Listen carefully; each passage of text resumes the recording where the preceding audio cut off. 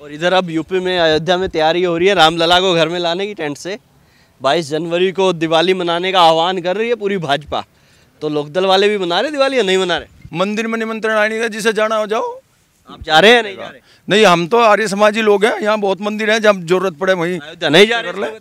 नहीं, अयोध्या क्या करेंगे हम जाकर, हमें क्या आवश्यकता है? देखिए हमारा तो यहाँ असली चीज ये है कि इस बीजेपी को कैसे हराना है। हमें तो बीजेपी को हराना है। जीते कोई भी बीजेपी हराने ही कोई जीते। हमें स्वर्गीय चौधरी चरण सिंह जी के द्वारा जो स्थापित विचारधारा है उस विचारधारा पर चलना है। हमें यहाँ जातिवाद नहीं बढ़ाना, धर्मवाद नहीं बढ़ाना, हमें यहाँ किसानवाद को आगे लेकर चलना है। कुछ चीज़ें वायरल हो रही हैं कि भैया मुजफ्फरनगर से एक आदमी का टिकट हो रहा है और कैराना से समाजवादी पार्टी के जो नेता हैं नाहिद हसन, उनकी बहन इकरा हसन, वो लोकदल के सिंबल पर वो लड़ रही हैं। ये सोशल मीडिया पर, कोई व्हाट्सएप पर किसी ग्रुप में मैं पढ़ रहा था, ऐसी चीज़ें लगातार चल रही हैं। इसमें कितना सच्चाई है? क्या ऐसा कुछ हुआ है? क्या कोई बातचीत चल रही है? दोस्तों नमस्कार, मैं हूं रोहित शर्मा और आप देखना शुरू कर चुके हैं हिंदुस्तान 9 न्यूज़। उत्तर प्रदेश के शामली में है और राष्ट्रीय लोकदल के विधायक प्रसन्न चौधरी हमारे साथ हैं। पूरा का पूरा देश में आज एक ही बात हो रही है, वो बात हो रही है रामलला। और दूसरी अगर बात हो रही है तो 2024 के चुनाव को लेकर राष्ट्रीय लोकदल लगातार इंडिया गठबंधन के साथ चलने की बात कर रहा है और जयंत चौधरी भी अब लगातार ज़मीन पर दिखते हैं और लोगों से बातचीत करते हैं। इन्हीं सब चीज़ों के बारे में बातचीत हम प्रसन्न जी से करेंगे। प्रसन्न जी, एक बार फिर से स्वागत है आपका हिंदुस्तान 9 पर। धन्यवाद आपका।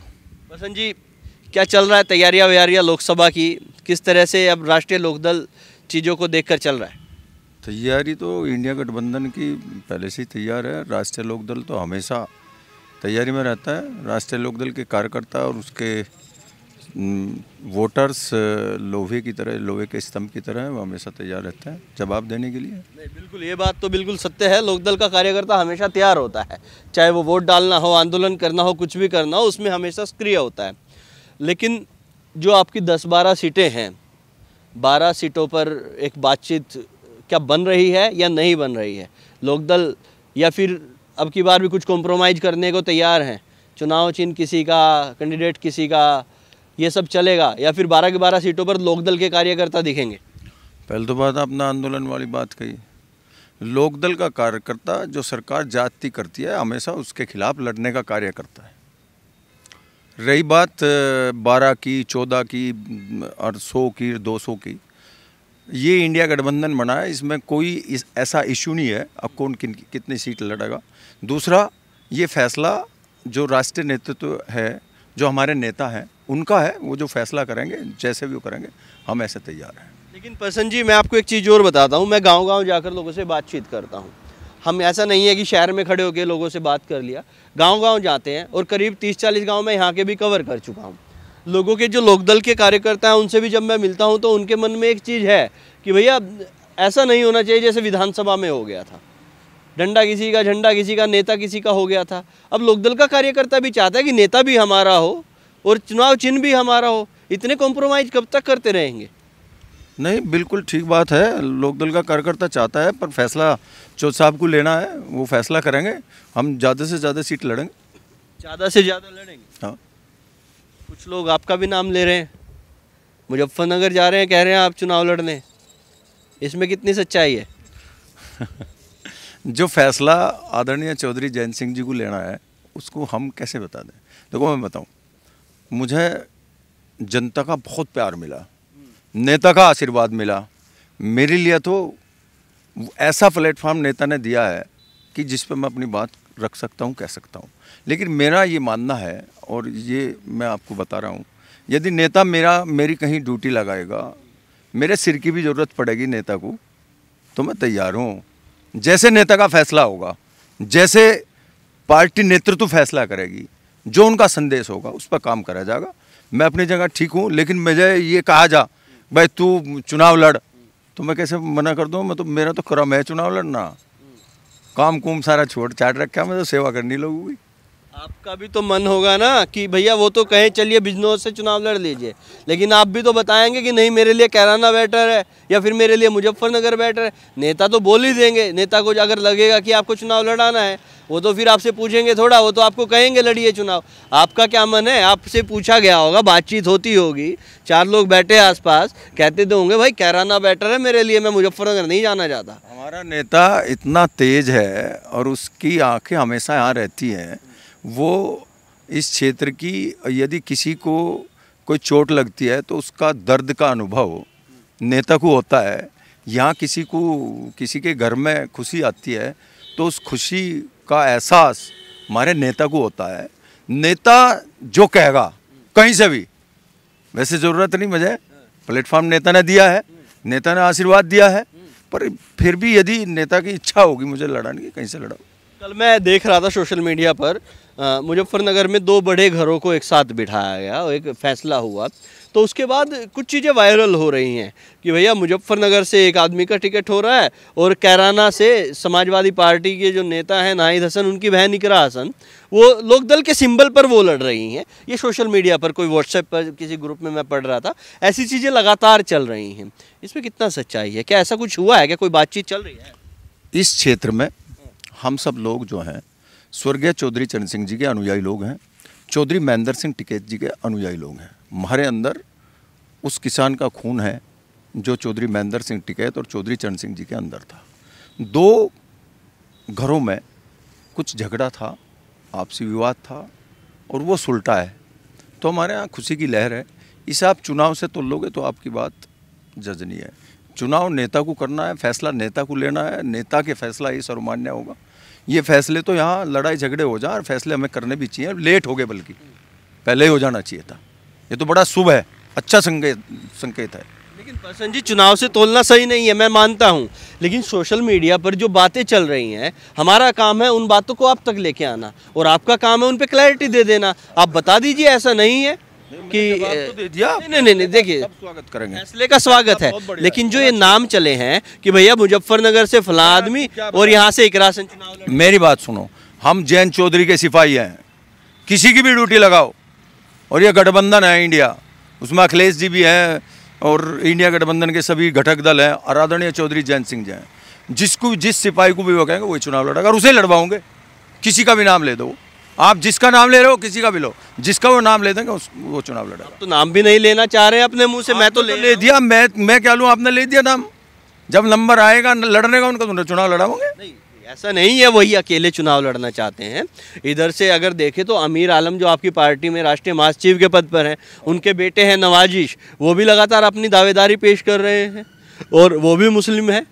अगर कोई मुसलमान का इधर की भाई इधर मुस्लिम को टिकट देना है, उधर जाट को देना है, ये भी कहीं ना कहीं जाति को भी थोड़ा देखा जाता है राजनीति में, तो वो भी तो हैं दावेदार।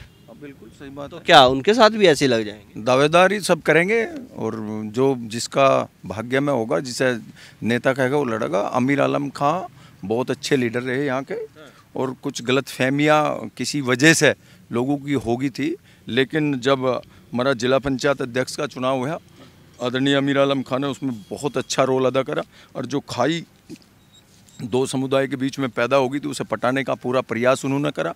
अब की बार गढ़ी जो उनका अपना घर का नगर पंचायत है, उसमें उन्होंने एक विशेष समुदाय के लड़के को जितवा के जाट बोलिए ना, ये संदेश दिया, जिससे लोगों के अंदर उनका प्रभाव, उनका जो कद है वो बढ़ा है और वो अच्छे नेता है। यदि नेता उनको वो देगा, चांस देगा तो बहुत बढ़िया बात है।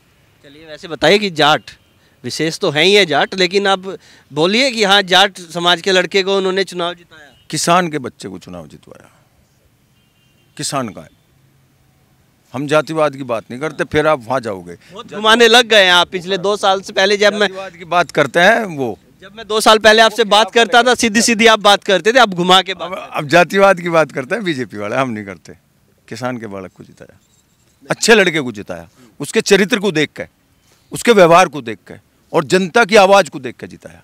और इसलिए जिताया कि संदेश दें, जिससे लोगों को पता चले कि यहाँ कोई धार्मिक उन्माद और जातिवाद नहीं है, इसलिए जिताया। और इधर अब यूपी में अयोध्या में तैयारी हो रही है रामलला को घर में लाने की टेंट से। 22 जनवरी को दिवाली मनाने का आह्वान कर रही है पूरी भाजपा, तो लोकदल वाले भी मना रहे दिवाली या नहीं मना रहे? देखो ऐसा है, ये सब की अपने अपने विचार और विचारधारा है।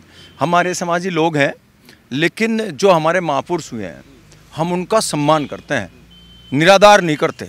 दीपावली यहाँ एक बार मनाई जाती है, दीपावली आती है, खूब दिए जलाते हैं, और हमारे बड़ू ने हमें बताया है कि भाई इस दिन जो है मर्यादा पुरुषोत्तम राम अपने घर आए थे, दीपावली इसलिए मना रहे हैं। हम दो अपने त्योहार को तोड़ते नहीं, बांटते नहीं, हम ना बांटने में हमारा वो है दे, हम तो एक जगह स्थिर हैं। तो 22 जनवरी को कोई उत्सव की तरह मना रहे हैं, नहीं मना रहे? हमने तो इस उत्सव दीपावली में मना लिया था, और जो मर्यादा पुरुषोत्तम राम के विचार हैं उनसे हम प्रेरणा लेते हैं, अपने बच्चों को भी देते हैं। वो एक अच्छे व्यक्ति थे, अच्छे महापुरुष हुए, और उनके अंदर जो गुण थे वो हमारे अंदर है। हम उन्हें उन गुणों को आगे दूसरी पीढ़ी को देते हैं, उन्हें बताते हैं उनके बारे में। निमंत्रण मिला या नहीं? हमें निमंत्रण की आवश्यकता ही नहीं। निमंत्रण का क्या करना है? निमंत्रण तो शादी ब्याह के इतने आवे, उनमें नहीं हमारा सोपता होता, उनमें चल अपने दुख दर्द में जाने में उसमें बहुत निमंत्रण आवे। निमंत्रण का क्या करना है? मंदिर में निमंत्रण आने का, जिसे जाना हो जाओ।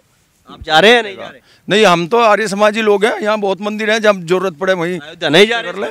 नहीं, अयोध्या क्या करेंगे हम जाकर? हमें क्या आवश्यकता है? देखिए हमारा तो एक महापुरुष हुए हैं महात्मा रविदास, उन्होंने कहा है मन चंगा तो कठौती में गंगा। हमारा मन यदि साफ है तो हमारे तो मंदिर यही है।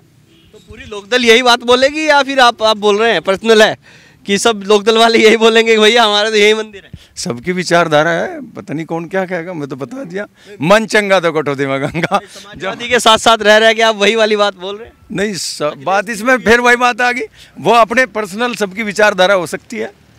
जब हम भगवान को मानते हैं, रामचंद्र जी को मानते हैं, उन्हें मर्यादा पुरुषोत्तम कह रहे हैं, उनके जो संस्कार थे उन पे चलते हैं, इससे बड़ा मानने वाला और क्या चाहिए? यही मानना है। अच्छा प्रसन्न जी, एक और चीज़ मैं जानना चाहूँगा, समाजवादी के साथ आपका अलायंस है, गठबंधन है, और उनके कुछ नेता कई बार ऐसे बयान देते हैं जिससे कहीं ना कहीं नुकसान आपको भी झेलना पड़ेगा। स्वामी प्रसाद मौर्य ने अभी ताज़ा ही बयान दे दिया कि कार सेवकों पर जो वो बढ़िया डिसीजन था, सही चलाई थी। एक समाजवादी पार्टी के जो एमएलए हैं उन्होंने भी कहा है कि भैया ये तो मंदिर तो गलत बना रहे हैं, बाबरी मस्जिद को ढाकर ये बनाया था, ये सही नहीं है। क्या इन बयानों के साथ जाते हैं क्या लोकदल वाले भी, या एक उनका ठीक है पर्सनल व्यू है, आपका पर्सनल व्यू है? हमारा मतलब क्या है, जिसने जो बयान दिया उसे वो बताओगा, उसकी क्या इच्छा थी, कैसे बयान दिया, या पार्टी वाले बताओगे। हमें कोई इन चीज़ों से लेना नहीं देना नहीं। यहाँ जो चीज़ है, जो जनमत कहता है, जो सरकार आज वर्तमान में काबिज है, और वो जो जाति जनता के साथ कर रही है, किसानों के साथ कर रही है, युवाओं के साथ कर रही है, हमें उसका जवाब देना है। हमें किसी के बयान से उससे मतलब नहीं, जिसका बयान वो पर्सनल बयान है, वो क्या दिया क्या नहीं दिया, हमें उससे कोई लेना देना नहीं है। नुकसान नहीं होता इन बयानों से? लगता नहीं कि भैया ये हम कुछ खड़ा करते हैं और आते हैं ऐसे अंदरगल बयान दे देते हैं और फिर नीचे ढा देते हैं? नुकसान उस बात है जब जाति होती है। हम यहाँ किसान हैं और गन्ने की बेल्ट में बैठे हैं। एक माचिस की तिल्ली आप खरीदने चले जाओ दुकान पे, पैसे मांगेगा, उस पर रेट प्रिंट रहे। और ये किसान कितना दुर्भाग्यशाली है, और कैसी तानाशाह सरकार है। अब 3 महीने हो लिए मिल चले, गन्ना डल रहा, अरे अब तक भाव भी घोषित नहीं करा। नुकसान इस चीज़ का होगा। हमें भाव चाहिए, हमें किसान की एमएसपी चाहिए, हमें उन युवाओं को रोजगार चाहिए जिनके रोजगार छीनने का कार्य इस सरकार ने किया है। आदरणीय चौधरी चरण सिंह जी का मिशन है और उनका सपना है कि हर गांव-गांव में स्टेडियम बने, और वो इस देश के पहले ऐसे सांसद हैं जिन्होंने अपनी निधि को खेल और युवाओं पर खर्च करने का कार्य किया है। हमें उस विचारधारा पर चलना है। हमें स्वर्गीय चौधरी चरण सिंह जी के द्वारा जो स्थापित विचारधारा है उस विचारधारा पर चलना है। हमें यहाँ जातिवाद नहीं बढ़ाना, धर्मवाद नहीं बढ़ाना, हमें यहाँ किसानवाद को आगे लेकर चलना है। गठबंधन में सुना मायावती भी साथ आ रही हैं और अखिलेश छोड़ रहे हैं, इनमें से एक ही होगा, क्या लग रहा है किधर जा रही है अब नैया? फिर वही बात, अरे गठबंधन का मतलब है कि जितने आओ इतने थोड़े आओ, वो तो फैसला उन्हें लेना है। ठीक है, यहाँ तो लोग खुश हैं, गठबंधन जितना मजबूत बनेगा जो भी आओगा उसका ही स्वागत है। आना चाहो कोई, यदि आना चाहता है कोई आओ, लेकिन किसी के आने से कोई चला जाता है ऐसा कुछ नहीं होता। अभी मैंने बता दिया कि यहाँ तो विरोध, यहाँ असली चीज़ ये है कि इस बीजेपी को कैसे हराना है। हमें तो बीजेपी को हराना है।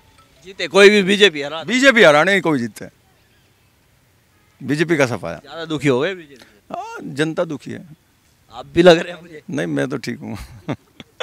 मैं तो लग रहा हूँ अपने काम पे। अरे प्रसन्न जी, ये चीज़ क्लियर कर दीजिए ना। देखो, आपकी क्लैरिटी से बहुत लोगों को क्लैरिटी मिल जाएगी। सारी जितने भी सोशल मीडिया पर वाद विवाद अफवाहें सब एकदम से बंद हो जाएंगी। आपका मन कहाँ से चुनाव लड़ने का है? देखिए, आप घुमा के कहेंगे हमारे नेता जो कहें, हमारे जो पार्टी के लोग जो कहें, जनता जो कहे। मैं चाहता हूँ प्रसन्न चौधरी क्या कहते हैं। एक मन होता है ना कि भैया ये जगह मुझे ज़्यादा अच्छी लगती है। घर में और घेर में भी ना आदमी कहता है यार घेर में रहना ज़्यादा सही लगता है, 10 लोग आ जाते हैं, मिल लेते हैं। घर में थोड़ा सा एक वो रहता है। तो इधर कैराना बढ़िया लग रहा है या फिर मुजफ्फरनगर? अच्छा, एक बात बताओ, नेता का सम्मान क्या होता है? नेता का सम्मान क्या होता है? मैं बैठते क्या कहा, हमें नेता का सम्मान करना है। हम अपनी जगह खुश है, लेकिन नेता का आदेश हमें मानना है। फिर सिंबल क्यों देते हैं नेता, क्यों पार्टी बनाते हैं? जो काम उनका है मैं कैसे कर दूं सर? मैं उनका सम्मान करता हूँ। प्रसन्न जी, अगर कोई फॉर्म भी भरते हैं ना तो उसमें प्रायोरिटी में 3 सीटें दे देते हैं। भैया पहला दिल्ली है, दूसरा चंडीगढ़ है, तीसरा देहरादून है, तुम पहले कहाँ जाना चाहते हो? अब आपको भी ऐसा ही हो सकता है कि भैया कैराना, मुजफ्फरनगर और बिजनौर हैं, कहाँ जाना चाहते हो? कोई एक तो होगा कि ये बेटर है।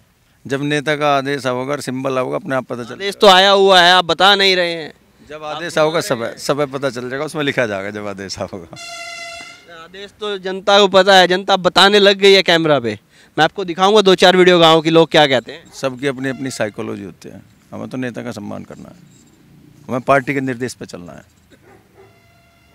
बिना आग के धुआं नहीं निकलता, कहीं तो लगी होगी, तभी तो लोग कह रहे हैं कि प्रसन्न चौधरी चुनाव लड़ रहे लोकसभा। नहीं, धुआं तो निकला पड़ा है। जब देख नहीं रहा है यहाँ क्या हाल है। जब भाई जनता खुश नहीं है जिस सरकार से, तो उसके खिलाफ जाएंगे सब, और किसी को चुनाव लड़ा उसे जिताओगे। विधानसभा में भी आप ऐसे ही बोलते थे, फिर योगी सरकार बन गई। ये तो समय है, अब का नहीं बनने का। अब के नहीं बनेगा, अब का फेल दे दिया 400 पार का बीजेपी। अब क्या कर दें। अब क्या कर दें, ये तो नारे तो दिया करें, नारे का क्या होगा? नारे तो पता नहीं कितने दें, नहीं चलेगा ना, नहीं चलेगा। चलिए, 2 साल पहले सीधा सीधा बता देते थे, अब थोड़ा घुमाने लग गए हैं, राजनीति थोड़ा ज़्यादा बेहतर तरीके से करने लग गए हैं, परिपक्व नेता हो गए हैं लोकदल के। अब तक के लिए इतना ही। मैं रोहित शर्मा, आप देख रहे हैं हिंदुस्तान 9। जय हिंद।